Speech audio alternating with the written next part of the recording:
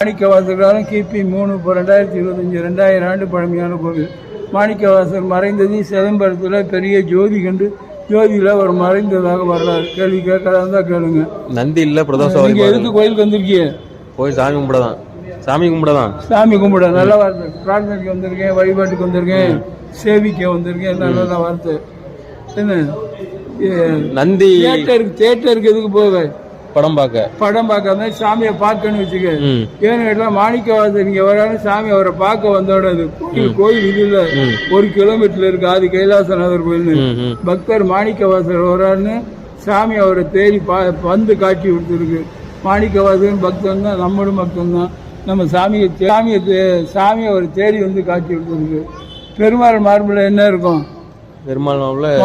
அங்கே ஒரு பெருமாள் இருக்கு. பெருமாள் மார்பில் சிவலிங்கம் இருக்கு. சொல்ற புரியுதா? பெருமாள் சொல்லித்தான் வந்திருக்காரு. மறுபடியும் கேள்வி, சாமிகிட்ட பிரார்த்தனை விடலாமா கூடாதா? பண்ணலாம், தப்பு இல்லை. அப்பா நான் வேண்டியல் கேட்டு அருள்புரிதல் வேண்டும், ஆர்வீர்க்கெல்லாம் நான் அன்பு செயல் வேண்டும், இன்னொரு ஆள் ஒருமையுடன் நிலவு திருமணம் வைக்கின்ற உத்தமிழம் உறவு வேண்டும், புல்லொன்று வைத்து புறமொன்று பேசுவார் உறவு கலவாமை எல்லாம் வேண்டுவது. மாணிக்கவாசகர் வேண்டாதாள் சாமி என்ன வேணும்னு கேட்கிறார். வேண்டத்தக்கதை அறிவை நீ, வேண்ட முழுதும் தருவை நீ, வேண்டும் பரிசு அவர் உகைப்பித்து அது உன்னுடைய விருப்பங்கிறாரு. அடியார்களே கேட்காதாத ஒரு ஆள் தான். எல்லாருமே கேட்குறாள் தான். நம்மளேருந்து கை கொடுக்கணும், பொம்மையிலேருந்து எல்லாம் கேட்குறாரு. அவ்வளோதான். எந்த கோயில் போனாலும் முதல்ல தீர்த்தம் பார்க்கணும். இவ்வளோ தீர்த்தம் அக்னி தீர்த்தம், அதுக்கடுத்து செலவு தீர்த்தம். இங்கே இவ்வளோ மரம் கொடுந்து மரம். ஆனால் திருப்பணி வேலை நடக்க அதெல்லாம் பார்க்க முடியாது. கல்ச்சங்கிலி இருக்குது, இசைச்சோன் இருக்குது, அதெல்லாம் பார்க்க முடியாது. வாழ்க்கை வளமுடும். தெரியுது பத்தியா? ஆமா. இங்க துவாரபாலகர் இருக்கா?